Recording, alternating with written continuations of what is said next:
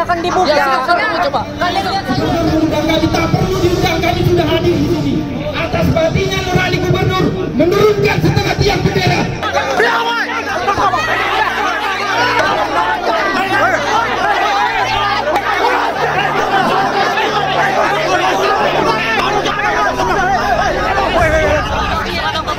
Dia pakai rompi. Kalian yang menginjak-injak saya. Saya nggak halau kawan-kawan saya, tapi kalian mukul saya. Ini si Gubernur Kalimantan Tengah itu adalah mensejahterakan masyarakat, khususnya Kalimantan Tengah. Malah ini justru memutus kerjaan, membuat kemiskinan bagi putra-putri daerah. Dan tentu saja yang entah mengapa dia bisa memberikan itu dengan berupa duit dan segala macam, tapi pas kita menuntut evaluasi kinerja gubernur tidak pernah hadir. Kalau dia hanya menceritakan hanya saya bisa ngasih duit, filantropi pun bisa ngasih duit.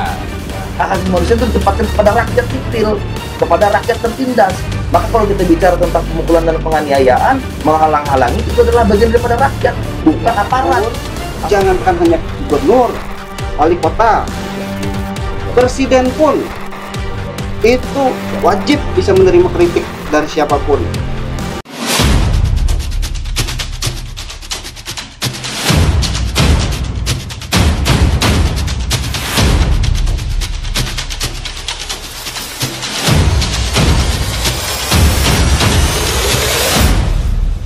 Assalamualaikum warahmatullahi wabarakatuh. Selamat sore, salam sahabat Kalibata. Selamat sore teman-teman, rekan-rekan yang saya hormati. Ini ada Pak Mahdi, Dekan Fakultas Hukum Universitas PGRI. Ada Mbak Restumini, kebetulan juga praktisi hukum dan juga kemarin sempat menjadi tenaga kontrak. Nah, Mas Damai Al-Musop adalah cucu termasuk tokoh Kalteng. Jadi begini, kita mau bahas yang lagi rame-rame nih, Pak Dekan dan yang lain ya. Kita sama-sama tahu beberapa kali ada kejadian di halaman kantor gubernur Kalimantan Tengah. Jadi saya mau tanya dulu ke Mas Damai nih, apa kejadian sore itu? Pada saat aksi terakhir ya. Iya. Jadi mungkin bisa diceritakan sedikit ya, bahwa sebenarnya aksi ini juga aksi yang sudah panjang gitu ya, dalam artian sudah ada beberapa jilid sebutannya dalam aksi ini. Jadi ada jilid 1, jilid 2, dan terakhir yang kemarin sore itu adalah jilid 3. Nah, jadi dari tuntutan-tuntutan itu memang sudah dijelaskan dan dipaparkan teman-teman di berbagai media gitu. Jadi sudah bisa dicek sendiri bagaimana tuntutan-tuntutan teman-teman dan bagaimana kita menyuarakan suara masyarakat. Nah, namun yang terjadi pada sore hari itu adalah kita sudah geram ya, seperti nama gerakannya, sudah geram karena dari beberapa aksi itu kami tidak pernah ditanggapi gitu. Responnya tidak ada ya? Tidak ada respon sama sekali dari pemerintah. Nah, lalu teman-teman mahasiswa berpikir bahwa ini saat yang tepat untuk tetap menyuarakan itu. Bagaimana di kemudian hari dalam posisinya sebagai agent of control, kita tetap akan meminta gubernur untuk bisa menghadapi rakyatnya gitu kan. Nah, akhirnya pada sore hari itu kita tunggu sampai jam, kira-kira singkatnya pukul jam 5, jam 17 itu, sampai saat itu belum ada itikat baik gitu untuk menghadapi rakyat ini. Bahkan akhirnya terjadilah benturan antar pengamanan dan kita masa aksi gitu. Dan itu yang cukup disayangkan gitu. Dan di akhir-akhir ternyata ada video yang beredar bahwa gubernur saat itu hadir. Dan itu juga mengagetkan ya, karena di akhir-akhir baru kita tahu ternyata ada gubernur selama di dalam kantor itu. Nah, itu yang saya ingin sampaikan. Tapi gubernur itu keluar setelah masa bubar apa setelah kita sudah di luar pagar? Sudah di luar pagar, sudah dalam posisi mau pulang, sudah jam 5 kan itu. Sudah saya mau klarifikasi Mas Damai. Katanya ada versi di luar mengatakan bahwa teman-teman pendemo, saya bilang ya, karena ada beberapa aliansi kan, itu berusaha menurunkan bendera setengah tiang, benar. Kalau setengah tiang ya. Setengah tiang ya. Tapi bukan merebut dalam arti bendera atau menurunkan bendera, tidak. Bahkan bendera itu sudah turun itu karena memang sudah diturunkan oleh pihak yang berwajib kan. Dalam hal itu kita bukan kita yang menurunkan. Kita tidak sempat menurunkan itu. Oh, jadi yang memegang tiang bendera dulu adalah bukan dari kita. Itu adalah dari pengamanan, bahkan dari aparat dalam, yaitu Satpol PP saat itu yang menurunkan. Jadi Satpol PP yang megang duluan. Iya, megang duluan dan menurunkan itu ya posisinya. Berarti kita waktu itu mendasaknya supaya ini setengah tiang ya? Setengah tiang, karena kita kan ya sudah merasa bahwa ini sepertinya udah berjalan lama sebenarnya dari tahun 2019 setuju teman-teman senior juga begitu kan, dalam aksi kita setengahnya kalau sedang berduka. Ya hal biasa. Ya, hal biasa kan, ya, itu kan drama. Teatrikal lah. Iya, teatrikal lah. Ya. Ya, tapi hari ini tiba-tiba kita di blokade seperti itu, akhirnya terjadilah bentrokan itu. Yang menurunkan bukan kita, bukan masa aksi. Itu yang perlu diingatkan ke masyarakat gitu ya. Bukan dari kita yang menurunkan itu. Terus Mbak Restumi kemarin ikut juga hadir Ada hadir. dari tenaga kontrak ya? Ya, siap. Ada berapa orang yang ikut aksi kemarin? Sekitar 30-an orang. Apa pandangan Mbak Restumi atas kejadian kemarin sore itu? Kalau kita sendiri memandangnya itu sangat-sangat miris sekali, Bang. Masalahnya apa? Karena kita aksinya damai. Dari awal aksi pertama, aksi kedua, sampai aksi ketiga. Bahkan aksi kedua itu kami dihadangi oleh ormas. Bukannya beliau yang kita tuntut, gubernur dan wakil gubernur, untuk datang menghadiri dan bertemu tatap muka dengan kami. Itu harapan kami, ternyata malah dibentrokkan dengan ormas. Dan Iya, saya menarik gini. Saya ingat waktu yang demo kedua ya, jilid kedua itu Betul. saya lihat videonya. Mas Damai ada di sana waktu kedua. Yang jilid 2 enggak. Yang jilid 2 saya Mbak Resmi ada di situ. ada. Yang saya menarik ada video tersebar itu yang merobek spanduk itu yang di pagar, yang membubarkan teman-teman itu malah ormas ya, Iya, betul. bukan dari pihak berwajib. Saya menarik juga itu. Kenapa jadi ormas yang turun ya? Ya, itu kapasitas dengan itu seperti apa kita juga nggak tahu. Jadi kita mau pencerahan ya kepada akademisi. Gimana menurut Pak Dekan? Menarik ya, Bung Roy. Ini permasalahan sebuah fenomena mungkin dari rekan-rekan mahasiswa dan juga masyarakat tentunya, yang harus kita perhatikan bahwa artinya kita memberikan pendapat di muka umum atau berserikat untuk berkumpul itu adalah dilindungi undang-undang konstitusi kita, terdapat di pasal 28 atau lebih jelas lagi di 28 ayat E. Nah, dan juga di dalam undang-undang kita itu sudah diatur juga bahwa mengumpulkan pendapat itu di muka umum diatur lewat undang-undang, dan tentunya itu tidak melanggar daripada aturan norma yang berlaku di negara kita. Artinya itu sesuatu yang sah. Dan tentunya untuk memberikan pendapat kita di muka umum ada aturan-aturan yang harus kita lakukan. Seperti halnya memberikan informasi dulu kepada pihak yang berwajib sehingga kita mendapatkan izin daripada apa yang mau kita berikan pendapat di muka umum terhadap permasalahan yang mau kita kemukakan. Dalam hal ini mungkin saya dengar tadi permasalahan menyangkut daripada kepala daerah ya, di evaluasi kinerja kepala daerah ya. Mungkin ya saya juga melihat waktu itu ada demonstrasi yang ada di depan ini ya, kantor gubernur ya, kantor gubernur, dan di situ ada massa yang saya lihat di situ, dan saya kurang jelas juga Bung Roy sebenarnya massa itu dari mana. Ternyata yang saya lihat, yang saya dengar, ternyata ada massa dari mahasiswa dan juga ada massa dari masyarakat yang mengatasnamakan diri mereka itu adalah tenaga kontrak. Iya. Ya, Eksternal kontrak ya. Nah, artinya memberikan pendapat itu artinya bebas kita. Jadi tidak bisa siapapun menghalanginya. Nah, tinggal aturannya sudah kita penuhi enggak? Sudah kita jalani enggak? Ya. Bagi si pendemo dan juga bagi pemerintah yang dalam hal ini mengatur daripada menghimpun aspirasi kita. Nah, artinya gitu. Nah, kalau yang ada bentrokan terlibat daripada hal-hal yang di luar daripada aturan tersebut, nah ini yang menjadikan suatu pelanggaran. Nah, ini yang harusnya pemerintah harus artinya menyikapi ini secara benar. Nah, sesuai dengan koridor hukumnya. Seperti kata ini siapa? Damai. Bung Damai tadi kan katanya tadi ada bentrok dengan ini dengan pengamanan. Dalam hal ini ada Satpol PP. Nah, Satpol PP ini sebenarnya harusnya melihat dulu.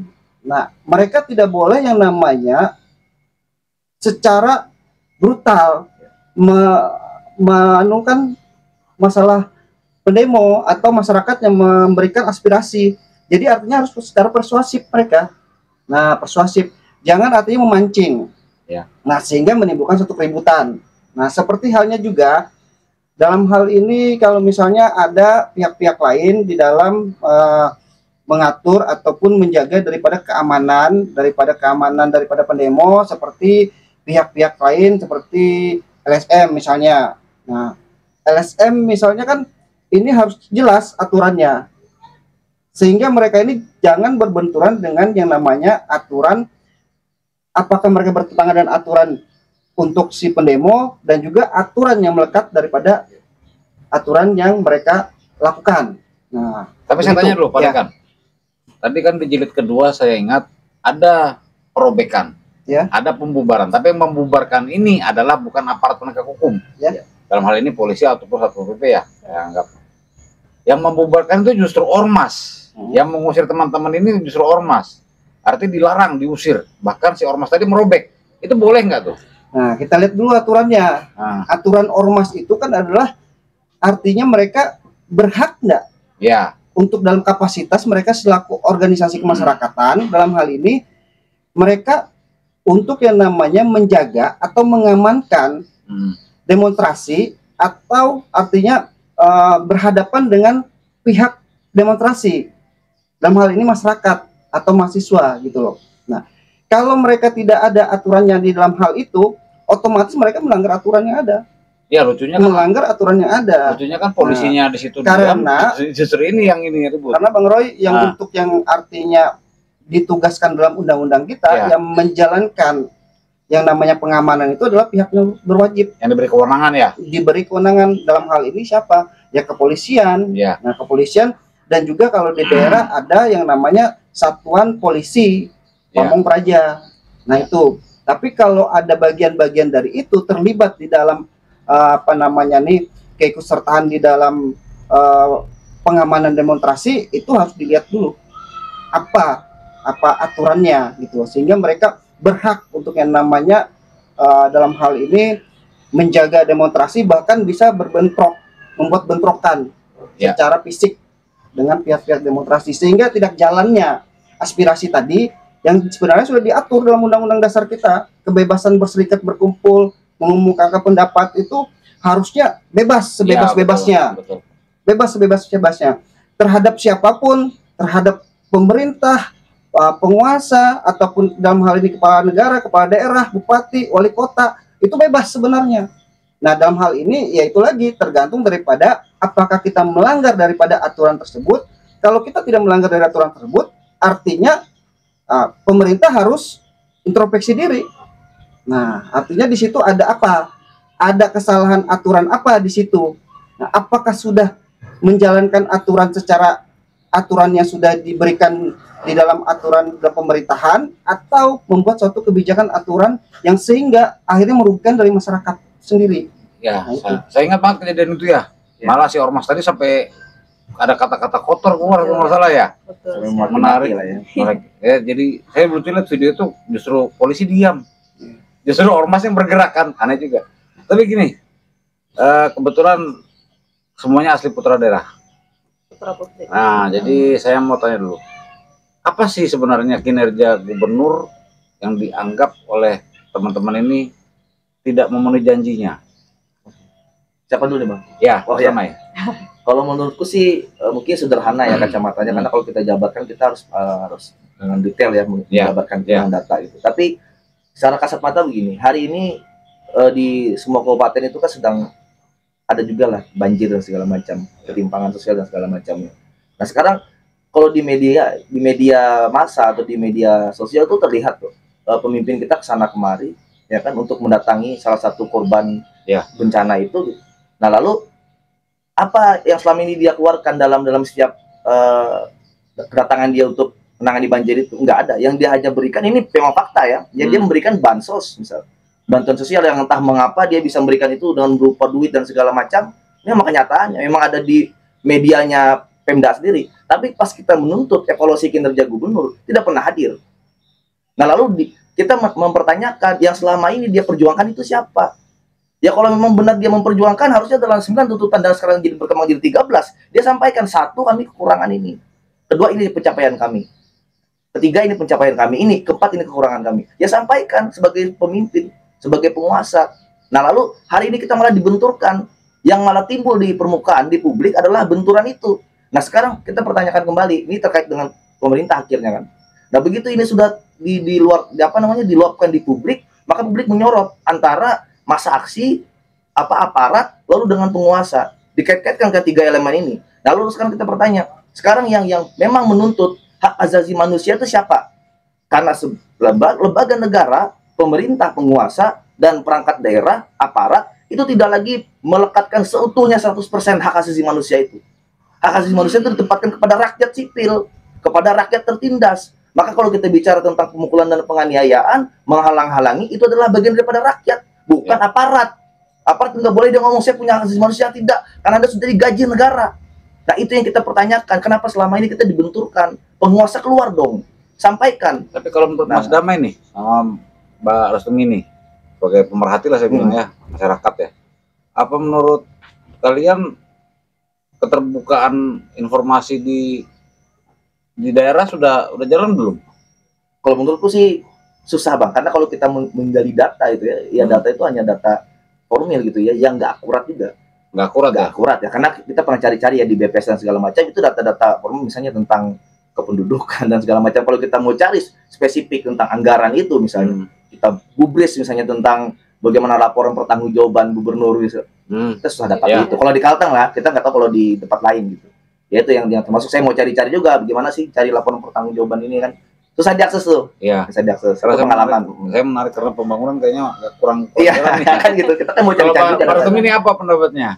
Nah, kalau kita sendiri kinerja yang diutamakan itu malah nggak ada sama sekali, nggak ada dalam artian, iya, malah justru salah satu visi misi Gubernur Kalimantan Tengah itu adalah mensejahterakan masyarakat khususnya Kalimantan Tengah. Malah ini justru memutus kerjaan, membuat kemiskinan bagi putra putri daerah Kalimantan Tengah itu sendiri yang sudah lama bekerja 15 tahun, belasan tahun, itu malah tidak tahu kenapa.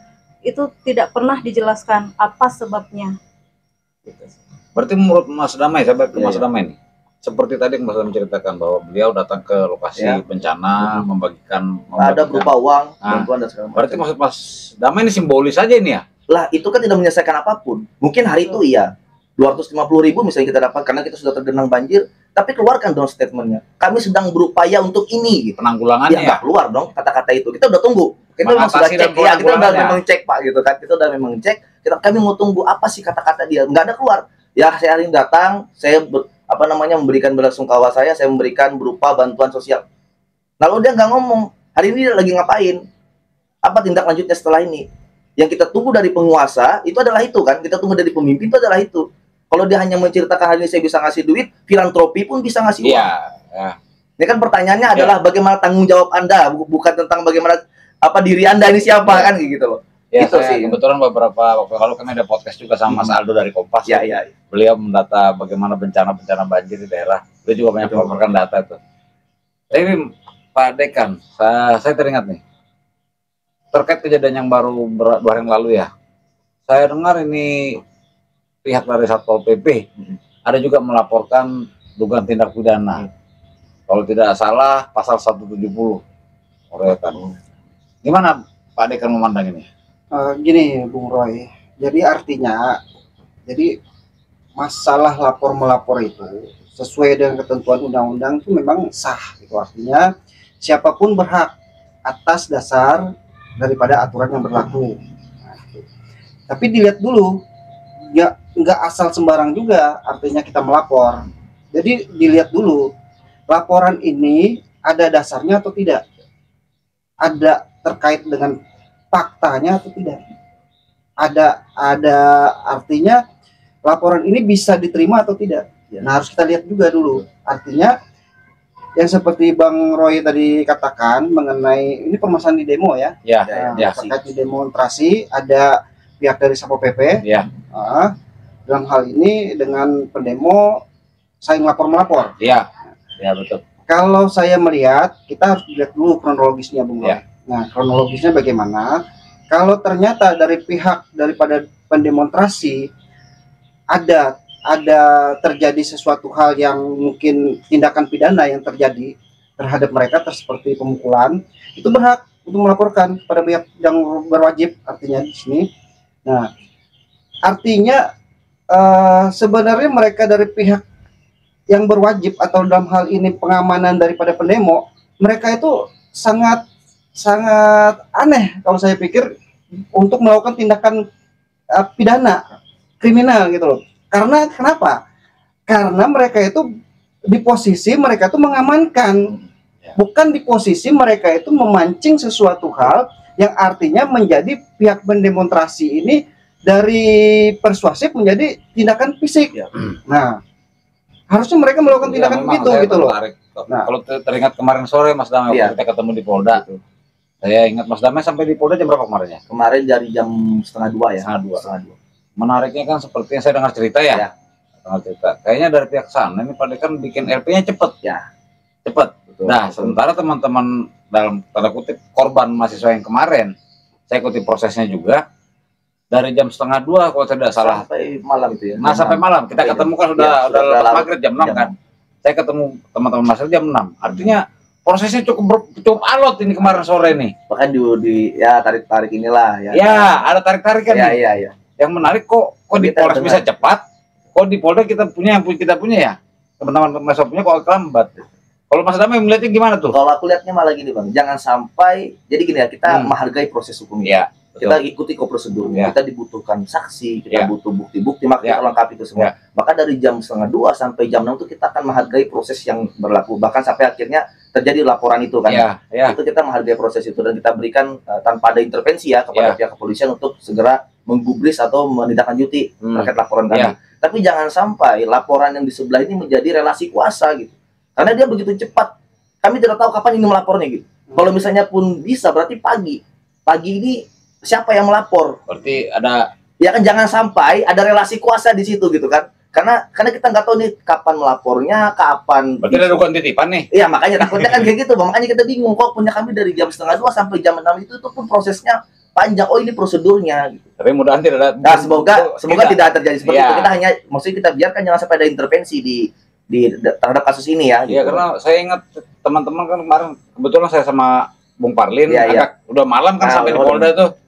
Teman-teman juga tuh. Nah, kemarin kan ada bilang ada mobil petinggi tuh di halaman Polda katanya. Saya bingung juga nih kok apa itu titipan, saya nggak ngerti ya. Tapi mudah-mudahan kita berpikir positif ya. Mudah-mudahan tidak ada titipan Pak Dekan. Karena kita pengen hukum ini berjalan sebagaimana mestinya kan. Sesuai prosedur yang ada kan. Iya, tidak menggunakan relasi kuasa. Artinya semua masyarakat itu sama. Betul, sama di muka hukum itu sama. Artinya tidak ada membeda-bedakan. Iya, betul. Siapapun yang terlibat di dalam tindakan pidana dalam hal ini, apakah di pendemo maupun yang mengamankan, artinya itu semuanya itu mendapatkan sesuatu keadilan. Ya. Siapapun punya hak masing-masing ya. Punya hak di dalam di kedudukan hukumnya. Artinya tidak ada yang dibeda-bedakan. Kalau seperti saya dengar tadi itu harus ditindaklanjuti. Nah, ditindaklanjuti dalam hal ini silahkan rekan-rekan itu bersama dengan pengacaranya menelusuri itu atau mencari tahu ada apa kendala yang ada ini gitu. Nah, itu. Ya. Emang nanti yang para mahasiswa mungkin nanti kan dipanggil, mungkin kan kita dampingi juga, kita udah koordinasi. Pak Dekan, kebetulan Pak Dekan selain akademisi juga putra daerah nih. Kalau ini sebagai penutup, apa harapan Pak Dekan melihat situasi terakhir ini? Situasi apa nih Bung Roy? Ya, perkembangan ini. Jadi ini kan ya kita terkait demo, ada demo ketidakpuasan, terus ada tindakan represif dari aparat. Apa? Oke, jadi artinya selaku kepala daerah itu memang berat. Artinya kepala daerah itu tidak punya kita sendiri. Artinya kalau sudah dia menduduki suatu jabatan kepala daerah, dia itu cuma memegang suatu janji. Janji itu pun bisa terpenuhi semua, bahkan tidak bisa terpenuhi semua. Dalam hal ini tidak bisa adil, artinya tidak bisa kita berkata adil itu nggak susah gitu loh. Nah, cuma dalam skala prioritas itu bisa dijalani sebenarnya. Apa skala prioritas daripada kepala daerah itu? Jangan mengenyampingkan, artinya yang sudah berjalan terus tahu-tahu diputus. artinya itu ditindaklanjuti, harusnya ditindaklanjuti. Kalau misalnya ada permasalahan yang ada, itu harusnya mengetahui, harus dicek and recheck dulu. Nah, apakah kesalahan ini salah untuk ditiadakan, atau ini bukan kesalahan tetapi harus ditindaklanjuti dan harus dibijaksanakan. Berarti kepala daerah memang harus siap terima kritik ya? Harus, yang namanya kepala daerah itu dimanapun, jangankan hanya gubernur, wali kota, Iya, seluruhnya. presiden pun itu wajib bisa menerima kritik dari siapapun. Karena yang namanya kritik daripada masyarakat itu diatur dalam undang-undang dasar kita, konstitusi kita gitu loh. Dan nggak cuma di undang-undang dasar, tapi undang-undang kita pun mengatur itu. Dan itu menjamin daripada hak asasi manusia setiap masyarakat untuk yang namanya memberikan aspirasi, kritikan kepada yang namanya penguasa maupun pemimpin kepala daerah dari tingkat atas sampai kepada tingkat bawah. Gitu, Bung Ron. Ya, saya juga ingat waktu yang demo kedua, ada tanggapan di situ seolah-olah teman-teman itu menyegel kantor publik, ya, kantor pelayanannya. Saya waktu itu heran, setahu saya di kantor gubernur tidak ada pelayanan dong. Dan kita sebagai masyarakat, sebagai rakyat, itu rumah kita, itu milik publik. Kantor gubernur itu milik publik. Siapapun bisa mengakses ke situ sebenarnya. Makanya saya aneh tuh ormas bisa ngomong seperti itu. Tidak benar sebenarnya menurut saya itu. Mbak Restumi nih, apa harapannya? Kalau untuk kami sendiri, harapannya di 2023 ini kami ingin dipekerjakan kembali, itu saja. Itu aja ya? Iya. Terus Mas Damai nih, Mas Damai ini paling rajin suara nih. Ya, kalau aku sih pertama satu mengecam ya tindakan represif dari aparat, bahkan untuk menangani dengan cara-cara ya, dengan berbagai macam kasus kita selama berjalannya waktu itu dari Kanjuruhan dan segala macamnya, itu jangan sampai terjadi lagi dengan cara-cara yang sifatnya malah melukai gitu daripada rakyat itu sendiri, karena rakyat bukan musuh gitu kan. Rakyat adalah bagian daripada negara ini. Itu satu sih harapan kita ke depan. Nah, kedua juga yang begitu penting bagi saya adalah gini, bahwa di mana kita sudah melaksanakan kontrak yang menurut pandangan saya melaksanakan kontrak politik yaitu Pancasila itu, maka tidak boleh lagi ada orang yang bisa mengintimidasi kita atas berbagai macam latar belakang kita gitu, baik itu maupun ras, suku dan agamanya. Bahkan semua orang tuh boleh menyatakan pendapatnya karena kita negara demokrasi. Maka itu sudah bersepakat berarti kita menganut pluralisme liberal gitu ya. Berarti semua orang dalam negara Republik Indonesia tidak ada lagi yang mengatasnamakan suku Dayak, suku Batak, suku Sumatera dan segala macamnya. Itu sudah tidak ada lagi karena kita Indonesia. Nah, jadi suara itu tidak boleh dibungkam dengan intimidasi. Oh, nanti juga kita begitu bisa jadi Jakarta kan, dibilang orang Dayak kalian, nggak bisa. Nah, karena kita sudah melebur menjadi satu, menjadi Indonesia. Itulah tugas kita ke depan untuk merawat itu gitu. Jangan sampai nanti begitu ada yang aksi, ada lagi yang mendemonstrasi, teman-teman ormas, LSM juga kita juga menyampaikan seperti itu gitu terhadap mereka. Ya sudah, inilah konsekuensi negara demokrasi gitu, yang dimana semua orang bebas untuk menyatakan pendapat-pendapatnya. Ya, tapi dalam bingkai aturan ya, dalam bingkai aturan hukum yang berlaku. Itu sih. Ya, tapi kita semua sama-sama mengharap lah dari kejadian tidak ada titipan perkara ya. Iya, semoga saja. Ya, itu memang nggak boleh. Ya, jangan sampai itu kalau bisa itu memang ditiadakan. Karena negara kita negara hukum. Iya, semua orang. Kalau emang sesuai ya silahkan. Ya. Dan seperti Pancasila, butir kelima keadilan sosial. Keadilan sosialnya itu harus dititik beratkan. Oke, jadi terima kasih atas waktunya sore ini. Mudah-mudahan ini bisa bermanfaat bagi masyarakat banyak. Kita mengharap tetap Kalimantan Tengah akan lebih baik daripada sebelumnya. Apalagi menjelang pilkada ini. Berat itu ya. Lebih berat lagi tekanannya. Tapi kita kan harus menghadapi itu semua, Mas Damai. Mau nggak mau ya. Berat sulit harus dihadapi. Oke, terima kasih atas waktunya. Jadi sekian sahabat Kalibata. Assalamualaikum warahmatullahi wabarakatuh. Salam penegakan hukum, salam sahabat Kalibata.